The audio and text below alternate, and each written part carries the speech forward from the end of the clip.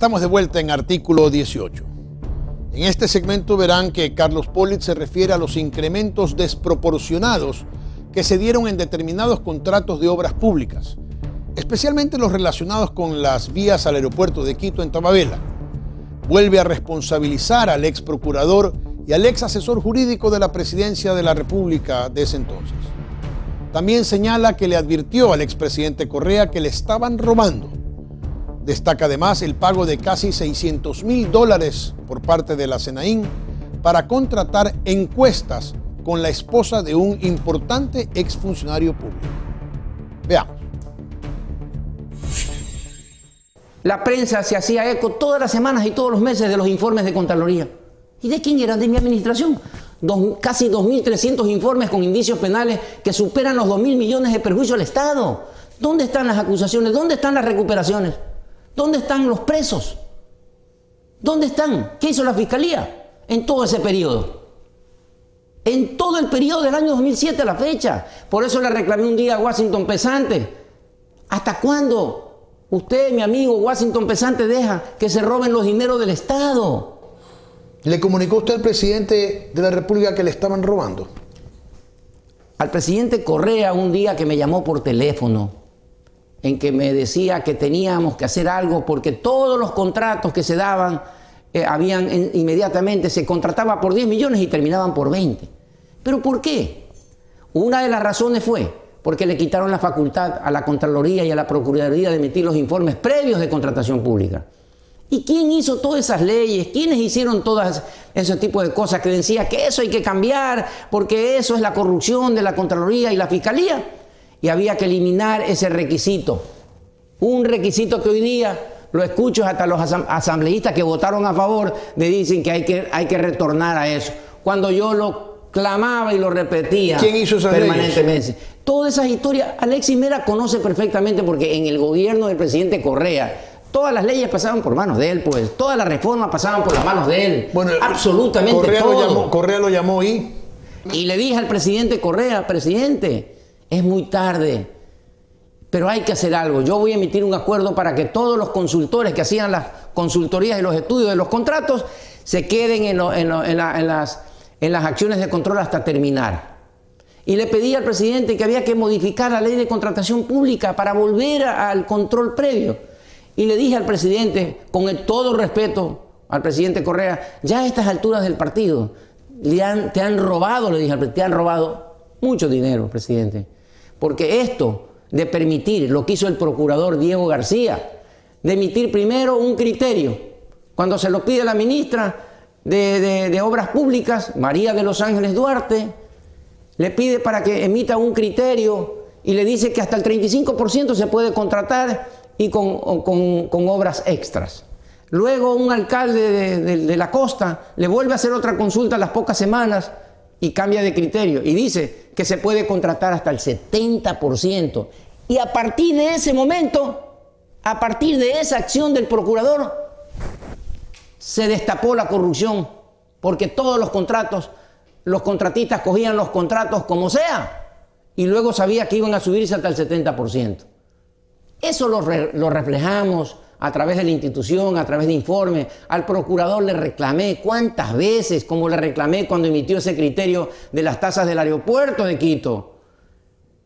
Imagínense ustedes, el procurador emite un criterio con el tema de las tasas del aeropuerto de Quito, que las tasas del aeropuerto de Quito se convertían en tarifas privadas porque el aeropuerto de Quito era administrado por una empresa brasilera, Andrade Gutiérrez. Andrade Gutiérrez. Y entonces, ¿qué hizo el Contralor?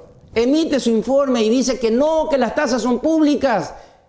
Y luego de mi informe el procurador llega corriendo en sus vacaciones y emite el criterio que dice que no, que las tasas no son públicas sino privadas. Entonces, ¿qué hizo el Contralor General del Estado ecuatoriano? Escúchenme. Demandé al abogado del Estado, demandé yo al Procurador General del Estado ante la Corte.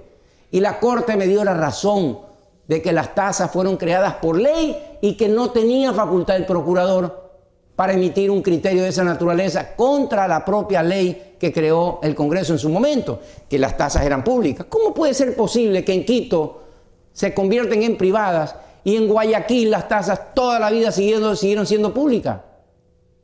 Esos son los temas que se venían dando de persecución contra mí, que veían mal contra mí, que me perseguían por muchas razones. Ahí habían funcionarios en el municipio de Quito que nadie reclamó. Ya las tasas públicas estaban en los bolsillos del constructor. Hubo exámenes, hubo auditorías sobre las vías, la vía Collas, las vías carísimas que se hicieron para tener acceso al aeropuerto de Quito. Claro. ¿Qué pasó con esas auditorías? ¿Cómo no? Mire usted, señor periodista, temas muy puntuales. Porque ahí también... Y voy a revelarlos y voy a decirle. Y están allí. Justamente allí está la ministra María de los Ángeles Duarte, ¿verdad? La empresa que construye es la empresa Erdoiza Crespo. Hacen este contrato y se lo entregan a Erdoiza Crespo para que el mismo constructor haga los estudios, haga la fiscalización y haga la obra. Una obra de 10 kilómetros, un poco menos, que costó más de 225 millones de dólares. Estamos hablando de más de 26 millones de dólares por kilómetro lineal. ¿Puede usted creer? Ese contrato lo firmó la ministra Duarte. ¿Su administración se hizo una auditoría? Mi administración se hizo la auditoría y reflejó que hubo un exceso, ¿verdad?, de pago del Estado ecuatoriano a esta empresa para que haga esa obra por más de 113 millones de dólares. Escúcheme, 113 millones de dólares. ¿De sobreprecio? No de sobreprecio, sino en el tema del exceso de pago que el contratista... ¿Eso es sobreprecio? Entregaba al Ministerio de Obras Públicas. ¿Y qué resulta? La auditoría reflejó y ha glosado a todos ellos, a la empresa, a los funcionarios, incluida la ministra María Duarte, ¿verdad? Y ahí está la glosa que ahora escucho en algunos medios, que el defensor de eso, ojalá que no sea verdad, pero dicen que el defensor de la empresa es justamente el hermano de Pablo Celi, el abogado Esteban Celi. Ojalá que no sea así, pero si es así sería terrible, ¿no? Habría que analizar eso. Pero miren ustedes, ahí está. La obra que se hizo también en la ruta, la otra ruta para llegar al aeropuerto, la Ruta Viva. La Ruta Viva. En la Ruta Viva fue una obra que la hizo la empresa Odebrecht y que contrató con el municipio de Quito. Nadie dice nada ahí. Ahí no hay nada. Ahí no existió nada, ¿verdad? Un informe que creo que lo firmó Pablo Celi, porque la amistad de Pablo con Augusto, después me di cuenta que eran todas las semanas y yo no sabía. Realmente después él me dijo que sí, que era súper amigo de él y que etcétera, etcétera. Ese informe salió sin ningún tipo de responsabilidad, pero nadie lo nombra. Nadie lo nombra. Sin embargo, hay que reconocer que es una vía que está construida y que aparentemente no ha tenido problemas. Pero ahí están los costos, están en el informe. Revisen el informe. No, pues ahí no, porque ahí no ha existido ningún acto de corrupción, ahí no hay nada, ahí el brasilero no dice nada, ¿no? Entonces, imagínese usted que el señor Consensuado en su momento que delata las cosas a su manera, ¿verdad? Dicen que en el Brasil hubieron y entregaron estos señores 8 gigas de grabaciones. Y aquí lo único que hemos escuchado es las grabaciones que le hacen a Glass, las filmaciones y grabaciones que le hacen al tío del señor Glass y la grabación que me hace a mí el señor Consensuado. Entonces, si hay 8 gigas, ¿dónde tiene la fiscalía todo eso? ¿A quién se esconde? ¿A quiénes nomás, según usted, está protegiendo Pablo Celi? ¿Qué ha escondido él que nosotros los ecuatorianos no sepamos? Un informe que preocupa es este, del actual fiscal que no debió haber aceptado ser fiscal porque él estaba siendo investigado. No pudo demostrar su inocencia al contralor que le tocó revisar esto. Porque esto, como le decía, venía hace mucho tiempo y eran los alargues y ahí se había presión. Ahí se había presión, doctor Bácar, ¿se recuerda? Había presión para que esto no llegue a su fin. Y por eso era tanta demora. Y la Secretaría de Inteligencia se les mandaba las comunicaciones y no entregaban y no entregaban. Fíjese usted que el doctor Vaca presenta así para su defensa: aquí está el informe de Contraloría, que yo no tengo informes con indicio penal. Claro que en el sistema no está, pues, que usted lo sabe muy bien, como lo sabe el doctor Celi. En el sistema informático de la Contraloría no se encuentran los indicios penales de gastos secretos reservados, pues, porque esto se entrega de autoridad a autoridad. Claro que usted no tiene informe con indicios penales en otras actividades, pero en gastos secretos sí, y eso no podía estar en el sistema porque la ley hay que mantener como secreto estos informes. Y ahora que se entregó a la Fiscalía y que se ha hecho público, es la primera vez que yo hablo sobre esto. Al doctor Celi, en muchos casos que le tocó liquidar a él también como contralor encargado de gastos reservados, le tocó un caso muy especial, que inclusive el 23 de mayo le pregunté yo al ingeniero Paul Novoa, le digo: Paul, ¿ya mandaron ese informe también de gastos reservados sobre la contratación de una empresa para hacer encuestas? Me dice: ¿Contrataba a quién? Contrataba la Secretaría de Inteligencia, que esto no está permitido por el reglamento de gastos reservados. Gastos secretos para hacer encuestas. Sí. Contrató a una empresa que era dueña y propietaria de la mayoría de las acciones, la esposa del doctor Omar Simón. Omar Simón era secretario del presidente y después ocupó otra función. Esa contratación la hace la SENAIN. Él estuvo en el Consejo Electoral y estuvo después de secretario general de la Administración. Se contrata. El doctor Pablo Celi le tocó liquidar y salió ahí gastos, en esos gastos reservados, indicios de responsabilidad penal, porque era lógico que la Secretaría no tenía facultad para contratar encuestas. Y en esa encuesta, que yo le puedo entregar la documentación, las copias que yo tengo, contratan una encuesta y se pregunta un sinnúmero de cosas de cómo está el alcalde de Guayaquil, cómo está el alcalde de Quito, los concejales, los asambleístas, etcétera, etcétera, y presidente de la República. O sea, contrataron... Se usaba gastos secretos reservados de inteligencia para hacer encuestas. De inteligencia para hacer estas encuestas. Mire usted. Y eso costó cerca de 500, casi $600.000. $600.000 una encuesta. Sí. Salieron los indicios penales y los firmó el doctor Celi, porque esos gastos reservados yo los vi y lo firmó. Porque él no los quería firmar, porque me decía que Omar Simón, que Omar Simón fue como alumno de él, no recuerdo, cosas así, que él fue profesor de él, y que realmente pues esto lo que hicieron fue hacer una encuesta contratada por la SENAIN. Y que más bien los culpables son los... Mire, eso es problema tuyo, Pablo, porque eres tú el responsable de sacar los indicios penales. Y se firmaron y se sacaron los indicios penales. Pero cuando yo me salía de viaje, que le pregunté a Paul Novoa, le digo: Paul, yo necesito que me manden copias de eso, porque yo quería verificar. Yo quería verificar. Él conoce todo, pero esos, le pregunto yo, ¿se envió a la Fiscalía? Celi, ¿lo enviaste a la Fiscalía o no? Porque tengo entendido, me dicen que no enviaste. Y entonces tú tienes que sacar esa documentación, que tienen que estar ahí en gastos secretos, en las actas, tienen que estar esos $596.000 que costó esa contratación. Esos eran indicios penales y no los sacó, porque no llegan, porque no se nombra en la Fiscalía que ha recibido eso. Entonces, él tenía que haberlos entregado.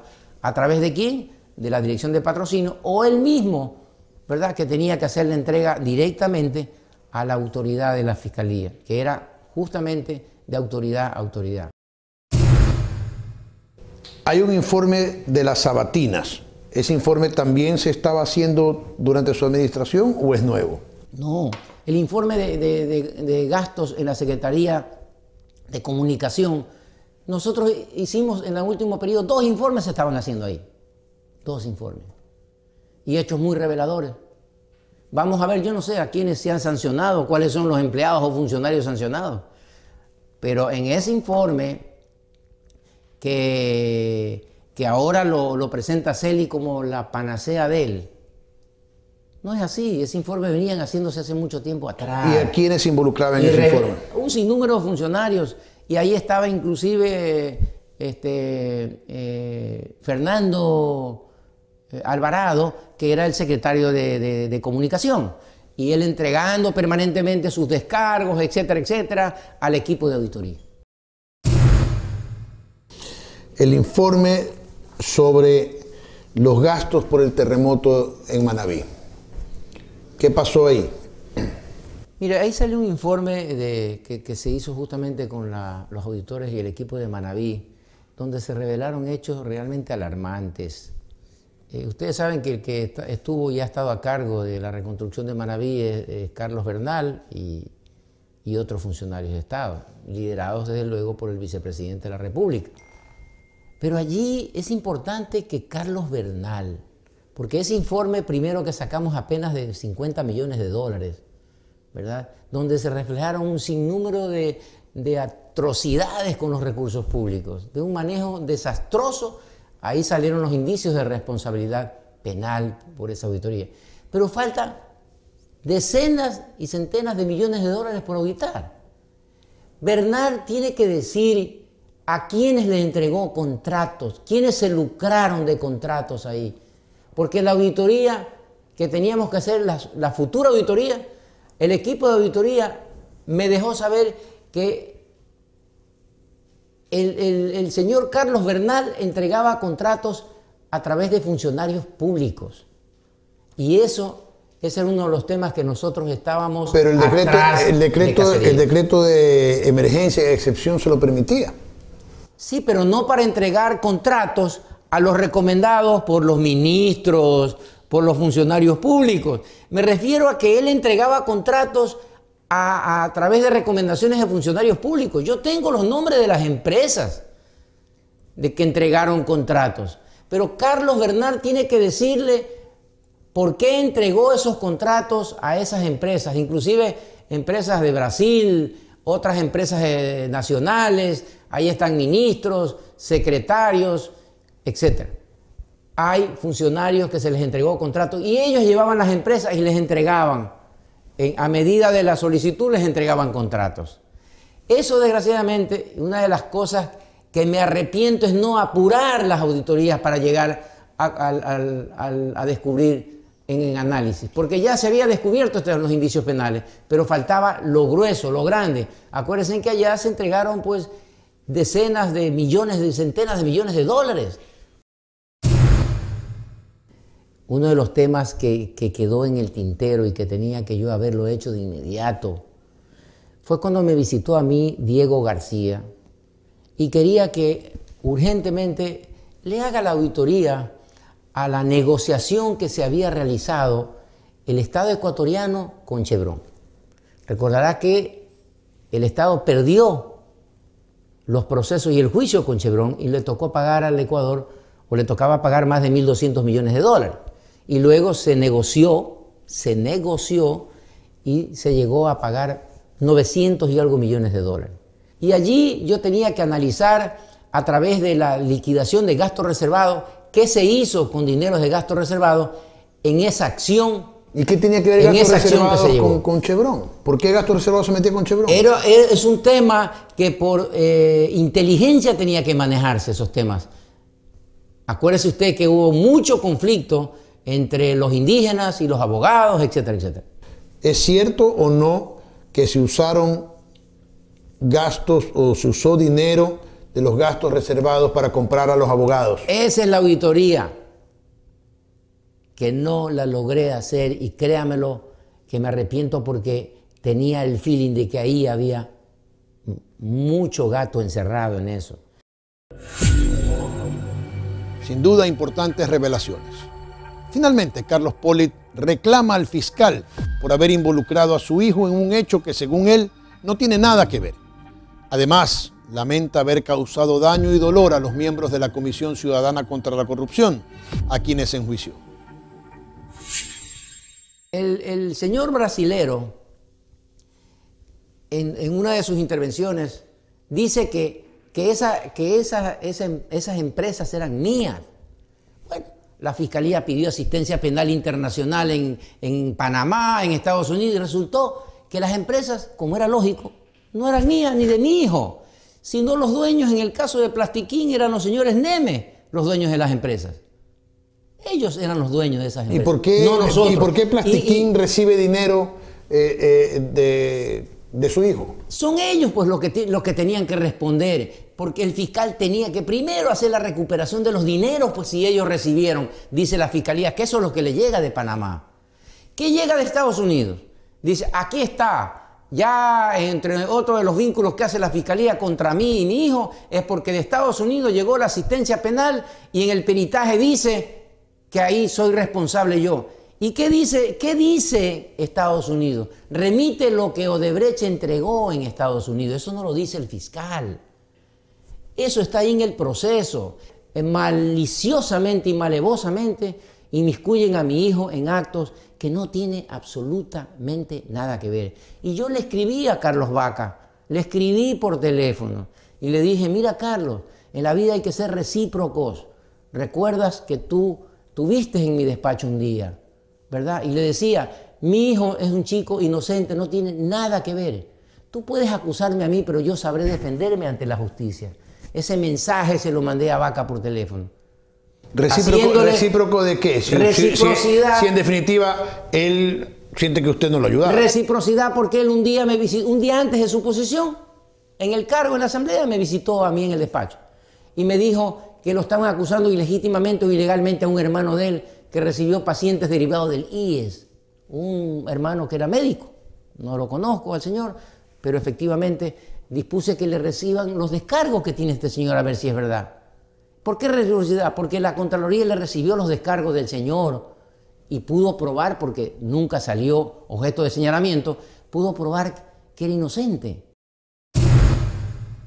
Porque en 10 años de gestión algún error se comete. O sea, usted ha explicado su accionar, usted se ha defendido, le hemos dado la oportunidad para que se defienda, ha explicado cómo se dio todo el proceso, por qué la enemistad que tiene Vaca supuestamente contra usted, pero algún error tiene que haber cometido. O sea, no le puede decir usted al país, yo estoy impoluto, en algo hice mal. ¿Qué hizo mal? O sea, aceptó demasiadas presiones, se dejó impresionar alguna vez por la personalidad atropelladora del presidente de la República de ese entonces. ¿En qué se equivocó? Mire, uno de los temas que yo... Esta es una oportunidad también, doctor, para que usted, en cierta forma, haga un mea culpa de algo que usted no haya hecho bien. ¿No le parece que su actitud con los miembros de esta Comisión Anticorrupción que usted enjuició fue una exageración de su parte? ¿Causó daño? Mire, la verdad, fue un tema doloroso para mí cuando pude ver por los medios televisivos lo que sucedió en esa audiencia. Y le aseguro, creo que es de lo que me arrepiento. Yo no debía haberme mandado allá. ¿Le causó daño? Así es. Así es. Y lo lamento muchísimo. Vi cómo sus hijos, los chicos gritaban. Realmente es un tema difícil de expresar. Yo no podía creer que estaba pasando eso. Me dejé llevar sencillamente porque me sentí dolido, sí, por las acusaciones que permanentemente veía que recaían contra mí una tras de otra. Pero mire usted cosas de la vida. Yo ese proceso, y no con esto quiero retirarme de mi responsabilidad. No, me arrepiento. Creo que es uno de los puntos importantes de mi arrepentimiento, es haber hecho eso contra ellos. Pero quien lideró eso realmente, yo ni estuve en los procesos. Ahí estuvo el doctor Wilson Vallejo, Daniel Fernández de Córdoba, liderados y entrenados por Wilson Vallejo y Pablo Celi en la oficina de Pablo Celi. Si Daniel Fernández es un chico honesto, él puede decir lo que quiera, pero que diga la verdad. Sí, Créalo, Rafael, es una de las cosas que más dolor sentí después. Nunca me referí a ese tema y para mí se acabó. Porque sentí que hice mal, exactamente. Para concluir, hemos enviado correos electrónicos a todos los mencionados por el excontralor Carlos Polit para que ejerzan su derecho a la réplica. Más de 15 solicitudes con las preguntas formuladas han sido entregadas. Esperamos las respuestas de estos funcionarios y exfuncionarios, ya sea bajo la modalidad de entrevista o a través de una declaración por escrito. Sus contestaciones serán presentadas en este mismo espacio la próxima semana. Hasta entonces, amigos televidentes, gracias por su sintonía y tengan muy buenas noches.